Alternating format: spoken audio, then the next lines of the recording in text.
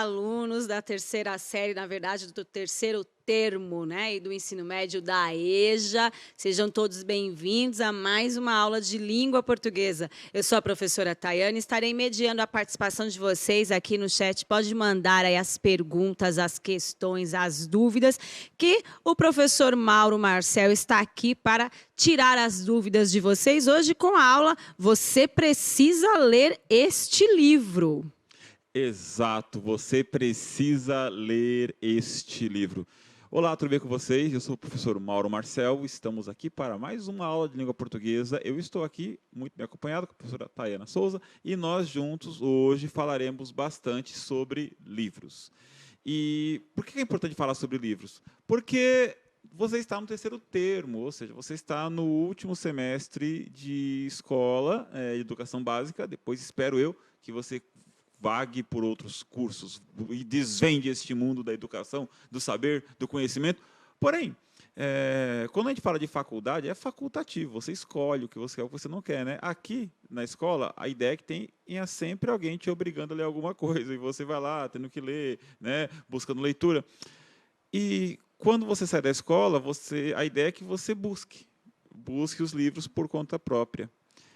E a ideia da aula de hoje é mostrar para você da importância dessa leitura e tentar te incentivar a continuar buscando livros e mais livros e mais livros e o porquê da importância dessa leitura, não apenas quando acabar a escola, antes da escola, durante a escola e após, ao longo de toda a sua vida. Então, professora Tayana, quais são os objetivos específicos da aula de hoje? Então, pegue lá o seu caderno, anote, né? Depois você pode rever essa aula, parar nesse ponto, ou tirar um print da tela, se puder também. Vamos lá aos objetivos da aula. Considerar os valores presentes, os indícios de valores presentes na contemporaneidade manifestos na tessitura do um texto, na verdade, no texto ali, de forma geral, né, professor Mauro? Exato. A gente vai buscar elementos do contemporâneo, elementos que existem hoje, mas em textos que foram escritos há muito, muito tempo. Então, a aula de hoje, olha, até o formato está bacana, né? Estamos em cadeiras aqui, estamos batendo... Porque é um grande bate-papo. A gente vai fazer um grande bate-papo com vocês sobre livros. É claro, gente, todo mundo fala que os livros são importantes, é muito bom ler, mas alguém já perguntou isso para vocês? Olha só na tela a pergunta. Por que é importante ler bons livros? Vamos pensar juntos. Essa aqui, eu e a professora Tayana vamos conversar. Se você quiser, você pode contribuir com a sua participação no chat, mas eu vou perguntar para a professora Tayana, professora de língua portuguesa, aqui do Centro de Mídia Junto comigo, professora de ensino médio. Professora Tayana, por que é importante ler bons livros? A importância de ler não tem nem explicação, você precisa ler. Agora, quando você jogou essa pergunta, Mauro, a primeira coisa que me veio à mente foi: o que é um bom livro? Exato, né? O exatamente. que é um bom livro? É aquele livro que te faz refletir, é aquele livro que conta uma história que faz sentido, é aquele livro que te traz referências, né? Então, um bom livro. Olha, eu comecei lendo Gibi, né? Muitas vezes o Gibi é um bom livro. Então, o bom livro, aqui é a minha opinião, viu? Claro, por favor. É aquele com o qual você se identifica, é aquele com o qual você cresce, com quem você consegue conversar. Tem um autor, um escritor, que ele não é aí da literatura, da língua portuguesa, que é o Gustavo Cerbasi, mas eu gosto muito da escrita dele, porque a impressão que eu tenho quando eu leio qualquer livro do Gustavo Cerbasi é que ele está sentado ao meu lado, falando comigo. Então, eu acho que essa importância desse diálogo, de estabelecer diálogos ao longo da história. É verdade. Eu também vou acrescentar a sua resposta, professora, que depende do que você precisa naquele momento. Porque eu já vi teóricos da literatura, professores falando: olha, na leitura você viaja para outros continentes, para outros planetas. Às vezes, quando a gente é adolescente, é o que a gente precisa, né? Viajar para outros planetas, conhecer. Porque, gente, não dá para conhecer o mundo inteiro, todas as pessoas, mas dentro de uma biblioteca você consegue conhecer muita gente. Outra coisa que a literatura faz, que os bons livros fazem, é possibilitar que você entre em debates diferentes. Você percebe como é que um tema era debatido, discutido em 1500 e como ele é discutido hoje. Um exemplo mais claro é o amor. O amor era tratado de um jeito em 1500, de outro jeito em 1500 antes de Cristo e de um jeito em 2021. Então, como é que a gente consegue ter acesso a isso? a seção dos livros, né? Então a gente consegue conversar com outras pessoas, outras culturas.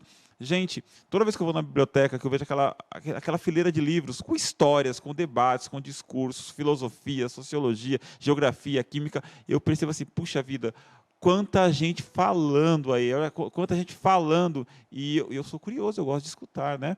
Mas uma outra pergunta, para você agora participar conosco, vou deixar para vocês um minutinho, pergunta na tela. Quais são os maiores clássicos da literatura brasileira? Olha, você está na terceira série do ensino médio, no terceiro termo, então, olha, você passou pela literatura. Quais são os maiores clássicos da literatura brasileira que você teve contato, ou, na sua opinião? Um minuto, já voltamos.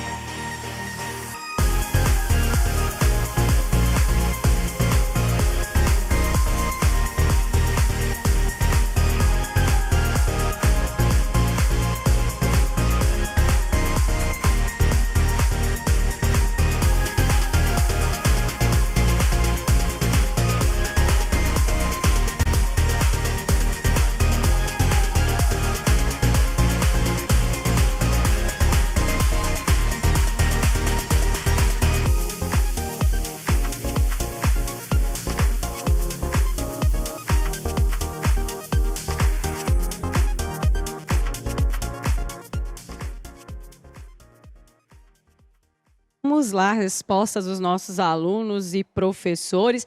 Aparece aqui bastante para mim, né? Dom Casmurro, de Machado de Assis, é um que aparece Dom bastante. Casmurro, excelente, adoro. Meu, Machado de Assis, maravilhoso. Apareceu aqui também, deixa eu ver, professor Mauro, Alto da Compadecida, de Ariano Suassuna. Olha só, perfeito. Sensacional, Ariano né? Suassuna, sensacional. Aliás, tem um filme dele que está em cartaz nos cinemas, ou saiu há pouco tempo.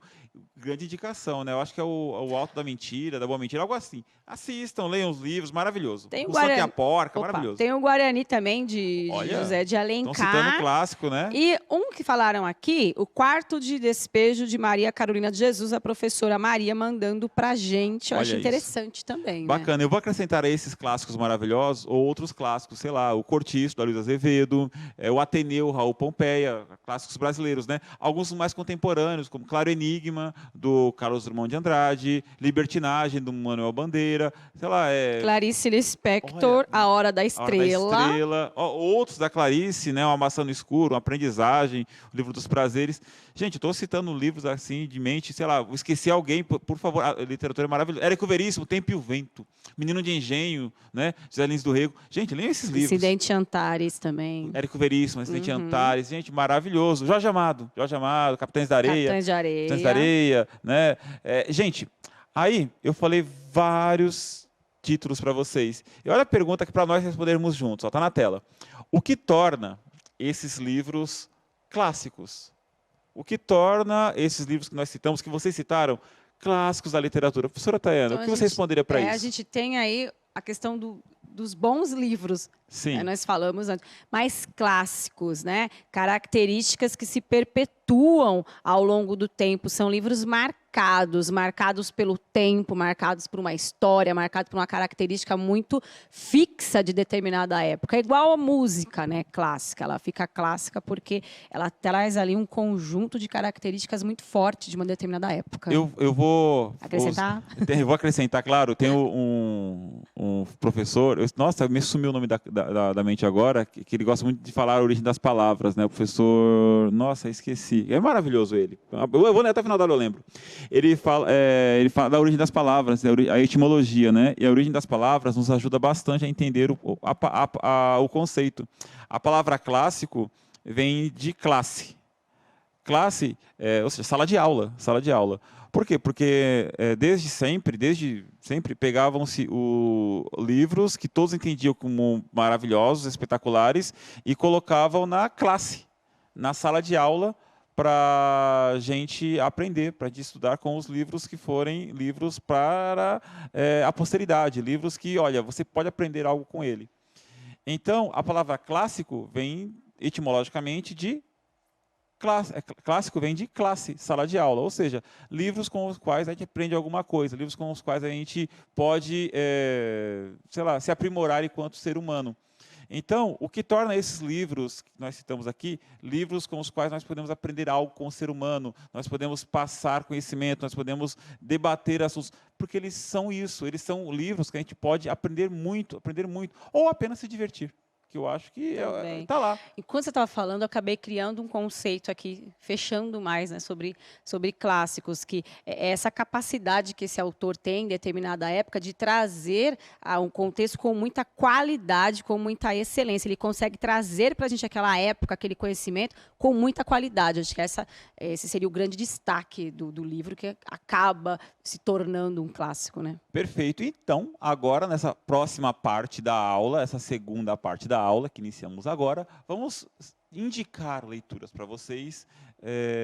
E eu separei alguns títulos, a professora Taina separou outros, e a gente vai falar o quê? Por que alguns livros que nós vamos citar agora devem ser lidos? Porque eles são clássicos, a gente aprende com eles, a gente se desenvolve como ser humano, a gente só se diverte com eles são bons. E, gente, vai falar para você uma coisa, olha, aluno da EJA, aluno que está terminando a escola, você tem todo o direito de não gostar do livro. Agora, se a gente fala que o livro é muito bom, por exemplo, eu sempre dou esse exemplo, Mozart, eu posso não gostar de música clássica, perdão, eu posso não gostar de música clássica, mas eu não posso dizer que Mozart é ruim, porque ele é maravilhoso, é espetacular. Talvez não seja para mim Mozart, talvez outra música converse comigo, Beethoven, ou talvez rock, jazz, funk, não sei. Agora eu não posso, porque eu gosto de uma certa música, falar que o Mozart, um clássico maravilhoso, espetacular, é ruim. Olha, não gosto. Então, a gente vai apresentar para vocês alguns livros que para você pode não ser legal, mas, gente, é clássico, é maravilhoso, espetacular e deve ser lido.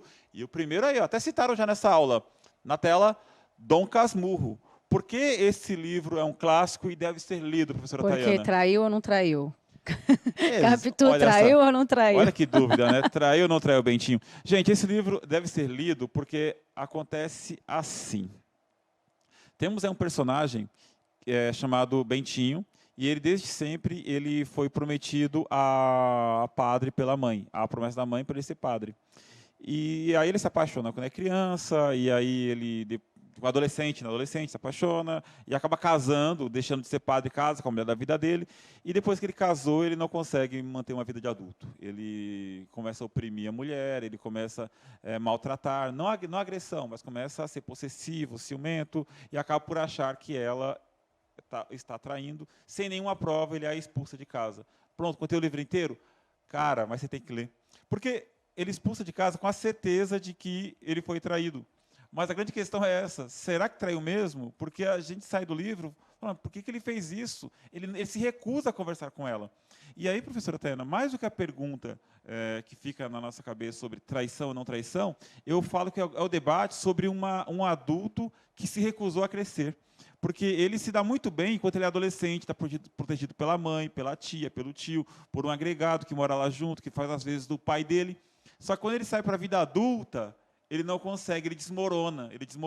Então, mais do que um livro sobre traição, é um livro sobre imaturidade.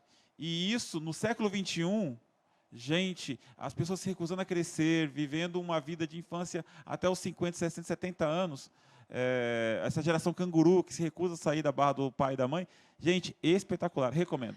Eu vou confessar agora para você e para todos aqui, que a primeira vez que eu li Dom Casmurro, eu era adolescente, e eu tive uma percepção do livro condizente com o meu pensamento, da minha realidade. Então, eu comecei a ficar com muita raiva, né, do Bentinho, e automaticamente com muita raiva de Machado de Assis. Então, eu tinha raiva porque eu achava que o escritor tinha aquela personalidade. Eu não tive a capacidade de perceber. E anos depois que eu fui começar a perceber que Machado de Assis é uma pessoa, que é um escritor, e Bentinho é outra. Mas na minha adolescência, eu fiquei com raiva. Aí você percebe a grandiosidade. Como esse autor é maravilhoso. Ele conseguiu passar tanta verdade que você acreditou que o autor ali era o personagem. Outra indicação, na tela. Por que esse livro é um clássico e deve ser lido? Vidas Secas, aí na capa tradicional com acento no secas, porque a primeira capa, eu acho, a capa da primeira edição de 1938 do romance Vidas Secas de Graciliano Ramos, olha só.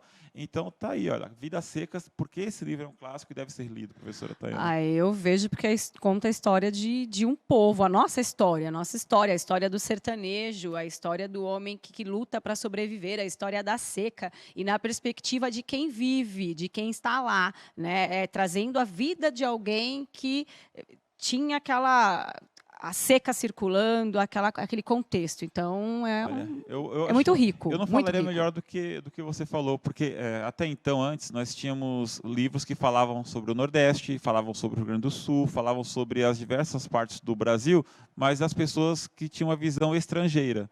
O cara morava no Rio de Janeiro e escrevia sobre o Nordeste. Não, tem todo o direito, sem problema. É um tipo de livro, tá? Que, por exemplo, José de Alencar escreveu o sertanejo, tinha todo o direito. Escreveu o gaúcho, tem todo o direito.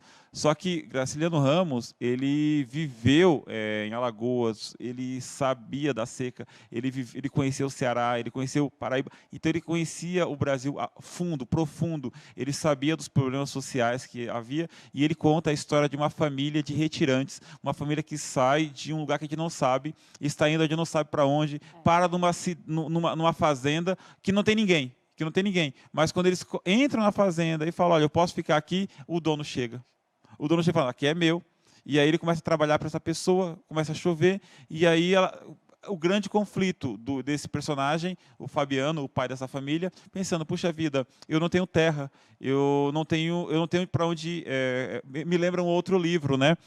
O Terra Sonâmbula, do Mia Couto, onde as pessoas não têm história, elas vêm de lugar nenhum, vão para lugar nenhum, e é isso, é o nosso problema, né? Quando a gente não tem para onde ir e de onde vir. E nesse livro, ele começa falando do assunto, o Fabiano corta, vai para outro, corta, porque o raciocínio dele é muito quebrado. Não é porque o escritor do livro não sabia se colocar, mas porque ele quer representar esse pensamento quebrado de quem não tem para onde ir. Gente, e eu vou dizer para vocês uma coisa, olha para mim assim, esse livro não é fácil, pronto, falei. Esse livro é difícil. Vou voltar aqui, olha para mim. Este livro é difícil, mas este livro vale muito a pena, porque isso que a professora falou é maravilhoso. Os capítulos são quebrados. Então, você tem um capítulo Fabiano, que é o pai da família. Sim, a Vitória, que é a esposa dele, mãe dos meninos. Os filhos, menino mais novo, outro capítulo. Menino mais velho, outro capítulo. Baleia, a baleia. A cachorrinha da família tem mais vida que os meninos, e ela é outro personagem. Gente, a gente consegue ter muitos debates, aprender, viver o Nordeste. Gente, quando eu pude conhecer o Ceará, fui visitar lá uma vez, eu ficava procurando o Fabiano em cada pessoa, o menino mais velho em cada pessoa. E na minha visão de estrangeiro, eu me arrepiava a cada encontro com o ser humano e percebia que, nossa, existe essa dureza que ele apresenta neste livro, mas existe uma grandiosidade do povo cearense. Gente, maravilhoso, imperdível, leiam esse livro, você tem que ler. Um outro livro, que agora eu vou passar para o livro que a professora Tayana nos indica, né? Essa é a indicação da professora Tayana. Professora Tayana, perguntar para você de maneira bem objetiva. O Diário de Anne Frank na tela. Essa é a sua indicação. Por que esse livro, na sua opinião, na opinião sua e na opinião de todo mundo, né? Deve ser lido. Ainda mais nesse contexto de pandemia. Meu celular inventa de tocar agora, gente do céu. Opa, mas nesse contexto... Pessoa importante é assim, né? Pessoa importante é assim. Nesse contexto de pandemia, a gente percebe que é necessário, né? O livro ele conversa muito com essa coisa de ficar em casa, trancada. Conta a história dessa garota que ficou ali trancada, né, durante 2 anos, viveu durante a época do nazismo. Então, é o diário dela, gente. Não é uma história que alguém contou sobre ela. Ela escreve sobre ela. É o diário de Anne Frank mesmo, a história real dela, sendo contada por uma adolescente, da forma que ela via. Então, é algo muito rico, né? E uma coisa que ficou muito marcada para mim é uma entrevista que o pai dela deu depois, falando: eu não conhecia a minha filha. Eu fui conhecer quando eu achei o diário, porque ele achou o diário que ela viveu, foi para o campo de concentração, e eu não vou contar o resto, né? Você já imagina o que aconteceu ali com os seus 15 anos, né? 15, 16 anos. Foi quando aconteceu aí a tragédia na vida dela. E o pai achou os escritos dela e publicou anos depois. Falou, nossa, eu não conhecia a minha filha. Morava na mesma casa, mas não conhecia. Então, assim, é um livro que você viaja muito, que conversa muito com a gente, apesar de não ser brasileiro, mas... Aí a gente percebe, né, como a realidade de, sei lá, Polônia, Alemanha, começo do século, né? Acho que foi Holanda o caso dela, né? Que ela, na Holanda, ocupação nazista, uma realidade tão distante da nossa. Sim, ela ficou na Holanda para ver se não sofria as consequências, isso, mas não teve jeito. Não adiantou muita coisa, né? Então, ver como a realidade da Segunda Guerra Mundial se assemelha com a nossa realidade. Então, gente, a gente percebe que o nosso outro ponto que os clássicos fazem conosco, né? Por que ler esse livro? Porque a gente começa a se encontrar em outras verdades, em outras histórias. E aí, uma última indicação na aula de hoje, olha, este livro, Dom Quixote, Miguel de Cervantes. Por que esse livro é um clássico e deve ser lido? Gente, esse livro é maravilhoso, simplesmente considerado por muitos o melhor, maior, mais espetacular livro da história da literatura. Dom Quixote conta a história de um rapaz que leu demais e acreditou nos sonhos e foi lutar, defendendo as pessoas e sendo tido como louco pelo mundo inteiro, mas acreditando que a sua verdade era a verdade. Então, para todo mundo, eram moinhos de vento. E eram moinhos de vento, não eram gigantes, mas para ele continuavam sendo gigantes. Em nenhum momento ele deixou de acreditar que aquilo que ele estava vivendo era o sonho dele. E é mais ou menos, eu acho que é mais ou menos isso que nós temos que passar na nossa vida. Temos que acreditar que a nossa verdade é uma verdade, temos que ouvir os outros, mas temos que acreditar nos nossos sonhos, lutar por eles. E o Dom Quixote, ele propõe isso de maneira genial. Cervantes, gênio. É um livro espetacular, professora. Eu posso confessar que eu não li completamente esse livro. Mas é um livro que a gente não lê, mas sabe. Eu li história em quadrinhos sobre ele, sabe? A versão em quadrinhos, mas o livro eu preciso ler. Estou devendo para mim. Então, quando você fala de quadrinhos, eu começo a pensar em outro debate, que a gente vai caminhar para o final da aula, mas um outro debate bacana, porque como ter acesso a esses livros maravilhosos que a gente falou aqui e outros tantos? Né? Então, é uma pergunta que eu faço para vocês para a gente pensar junto, está na tela. O que fazer para conseguir tempo para ler mais e mais livros? Vocês, no mercado de trabalho, aí, começando a vida no trabalho, ou já trabalhando há algum tempo, né, a EJA, como é que a gente consegue tempo para ler livros, professora? Olha, eu vou jogar a bola aí para as escolas, devolvo para a escola, porque a gente precisa ter um tempo de leitura. Eu estava com 2 turmas de EJA antes de vir para cá, para o Centro de Mídias, e a gente reservou um dia para leitura. Então, a caixa de leitura, Diário de Anne Frank foi o mais escolhido, todas as salas, foi o campeão, e era uma aula de quinta-feira de leitura. Quando chegava quarta-feira, os alunos já estavam, olha, quinta-feira a gente vai ler, né, professora? Então, assim, um super interesse. A melhor aula era a aula de leitura de língua portuguesa. Sentar para então, ler livros. Pegar uma aulinha lá e parar com os alunos e ler vale muito a pena, porque eles não têm tempo, né, meus queridos? Então, fica a dica aí. Exatamente. E falar uma coisa para vocês. Eu sou um fã do livro impresso, com lombada, com página, marca página, adoro marcar texto, eu adoro grifar livro. Mas, gente, a gente está no século XXI e eu sei das dificuldades que nós temos. E tem um monte de equipamento que rouba o espaço do livro, lutando contra os livros, batendo nos livros. E o que eu falo para vocês? Não briguem com esses elementos, que eles são muito fortes. Eu vou brigar com o celular, vou brigar com o computador? Não. Eu vou utilizá-los para ler. E olha só, exemplos de como você pode se aproximar do universo dos livros. Você pode ouvir podcasts de leitura de livros, que debatem livros, audiolivros. Nossa, gente, no YouTube tem muito, a Fundação Dorina Novir tem muito audiolivro, que é para cego, mas a gente consegue escutar de maneira grandiosa. Adaptações para quadrinhos, a professora falou que ela leu Don Quixote por quadrinhos. É uma leitura assim, não é do livro, mas é a aproximação do livro. Peças de teatro, inclusive no YouTube, tem lá, o pessoal disponibiliza, tem Hamlet, Rei Lear, Shakespeare, Nelson Rodrigues, escritores brasileiros, nossa, eles não usam Black Tie. Capitães de Areia, já vi. Capitães da Areia. Gente, conversa com amigos sobre os livros que leram, saber dos conteúdos e pedir indicações, assistir a filmes inspirados em livros. Gente, o universo dos livros, ele... Sim, está na biblioteca, mas ele está em todos os lugares. Conversar sobre livros, pedir indicação. Por exemplo, a professora Tayana, eu nunca li integralmente Diário de Anne Frank, mas ela fala tanto desse livro que eu vou voltar à leitura e vou ler ele inteiro agora, porque, nossa, assim, ela tem uma paixão por esse livro que eu... Nossa. É porque eu li O Menino do Pijama Listrado e li A Menina que Roubava Livros. vou puxar a sardinha para Diário de Anne Frank. Exato. Conversa com aquela pessoa que você gosta, que você acha legal, bacana, e fala assim, meu, qual é o livro que te emociona, que te toca? E vai lá e lê aquele livro. É bem bacana. Sei lá, eu vou terminar essa aula falando de vários livros, né? Sei lá, Revolução dos Bichos, 1984, sei lá, falar Eu, Robô, não sei, O Senhor das Moscas. Vai atrás dos livros. E no meu cotidiano, por que o livro faz? O livro aumenta seu repertório cultural, melhora o vocabulário, um maior poder de análise e síntese, você começa a debater melhor, compreender melhor as coisas, compreender melhor a sociedade e uma compreensão melhor do ser humano. Ou seja, você se torna um ser humano melhor, mais inteligente, mais capaz, mais perspicaz. Certo? Então foi essa a nossa aula de hoje. O que fizemos? Conversamos sobre leitura e o universo leitor e apresentamos caminhos que podem levar à descoberta do prazer pela leitura. Professora Tayana, foi muito bom falar com você sobre livros. Foi um prazer, amei a aula, espero que os alunos tenham gostado também. Se você gostou ou não gostou, tem alguma indicação, fale conosco pelo QR Code que vai aparecer na tela daqui a pouco. Agora, os materiais que usamos nesta aula, tá certo? E o QR Code aparece. Diga o que você achou. Um grande abraço para você. Tchau, tchau. Valeu! Tchau, tchau, gente.